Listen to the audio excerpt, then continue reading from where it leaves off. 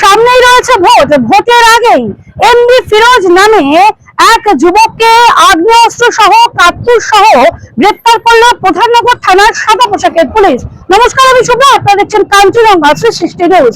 জানিয়ে রাখি, গতকাল রাতে শিলিগুড়ির সার্কিট হাউসের সামনে থেকে গোপন সূত্রে খবর পেয়ে সন্দেহজনক ভাবে এমডি ফিরোজ নামে এক যুবককে গ্রেফতার করেছে প্রধাননগর থানার সাদা পোশাকের পুলিশ। তিনি কিন্তু একটি 3 চাকা যে অটো রয়েছে সেই অটো করেই সেই আগ্নেয়াস্ত্র কার্তুজ সহ কিন্তু ঘুরে বেড়াচ্ছিল। গোপন সূত্রে খবর পেয়ে সন্দেহজনক ভাবে সেই অটো দাঁড় করানো হয় এবং তারপর তল্লাশি চালানো হয়। তল্লাশি চালানোর দরুন কিন্তু সেই এমডি ফিরোজের কাছ থেকে উদ্ধার হয়েছে একটি আগ্নেয়াস্ত্র এবং কার্তুজ। আজ সেই এমডি ফিরোজকে কিন্তু আদালতে তোলা হলো এবং সমস্ত ঘটনার তদন্ত করছে প্রধাননগর থানার সাদা পোশাকের পুলিশ। কোথা থেকে তার কাছ থেকে এই কার্তুজ সহ আগ্নেয়াস্ত্র এলো এবং সে কি কারণে ঘুরে বেড়াচ্ছিল তারও কিন্তু তদন্ত করছে প্রধাননগর থানার সাদা পোশাকের পুলিশ।